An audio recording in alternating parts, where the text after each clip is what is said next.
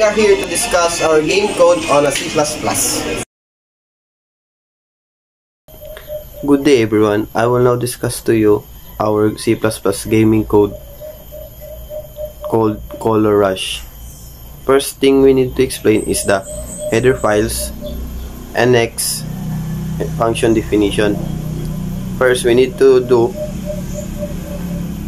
in a C++ code is write include IOStream used for input and output. Next, include csglib used for run function. Next, include ctime for sending random numbers using time. Next, include chrono for measuring time or use in timer. Next is display color text function that prints text in different color using ANSI escape codes. Then when we completely write the header files, next is void display color text int color string text.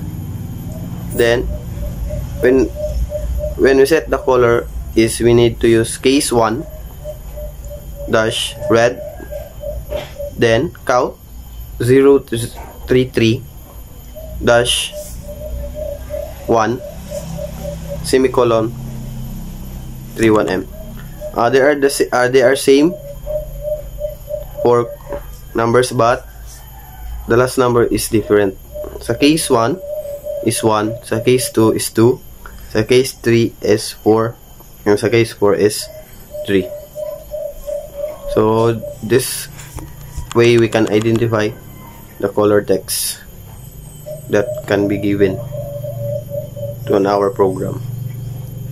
And that's all. This is our program, header files and definition. Good morning everyone, I am the second reporter. Integer main, this is the main function where the program execution begins. Mao kini ang main function diin magsugod ang programa. Is runtime, this line initializes the random number generator gamit ang oras aron line-line ang resulta kadadagan sa programa. Integer score 0 declares an integer variable score and nagsugod sa 0 aron ma-tracking ang puntos sa magdula. Integer round equal 1 declares an integer variable round and nagsugod sa 1 para ma-monitor ang round sa dula. So cout end line, this line uses cout to print output to the console. These are ANSI escape codes. Sets the text color to bright magenta, 1 for bright, 35 for magenta. Resets the text color to the default. So this is a string of asterisks that likely forms a decorative border for the game title. This is a comment indicating where the actual code for displaying the game title introduction would go. So next, integer difficulty declares an integer variable difficulty to store the user's difficulty choice. Cout, enter your choice. This prompts the user to enter o pagpili sa mga difficulty level like 1, 2, or 3. So sets the text color to bright white or light gray. So reads the user's input from the console and stores it in the difficulty variable. So integer time limit declares an integer variable time limit para sa dula. Switch or difficulty, this is a switch statement nga nagkontrol kung pila ka segundo ang time limit based on the user's difficulty choice. So sa case 1, kung 1 ang napili, ang time limit is 10. Case 2, kung 2 ang napili, ang time limit is 5 seconds. And last, case 3, kung 3 ang napili, ang time limit is 3 seconds.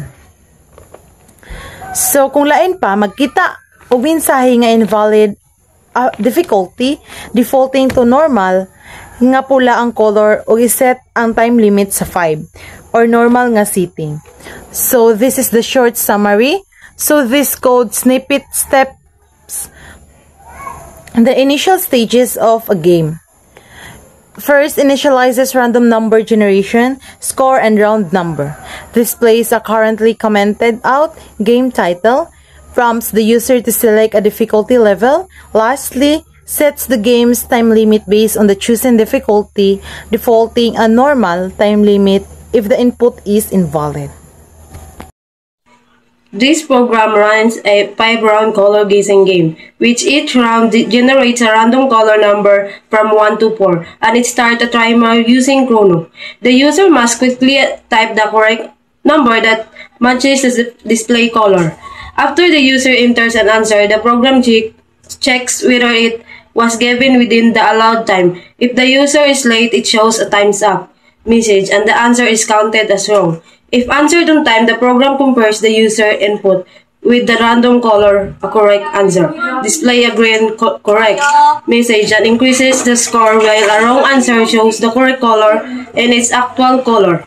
After each round, the game displays the current score out of the total rounds completed, using color text with A and C code for better visuals. First, printing the game over message. Count. This friend text on the screen. So the message says, game over, your final score is X out of 5. So where X is the variable score, your final score is X out of 5.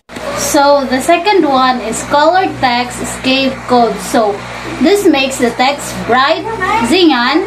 This reset the color back to normal. So the game over message appear in color. So that is the color text escape codes. So let's proceed to number 3, showing the final score.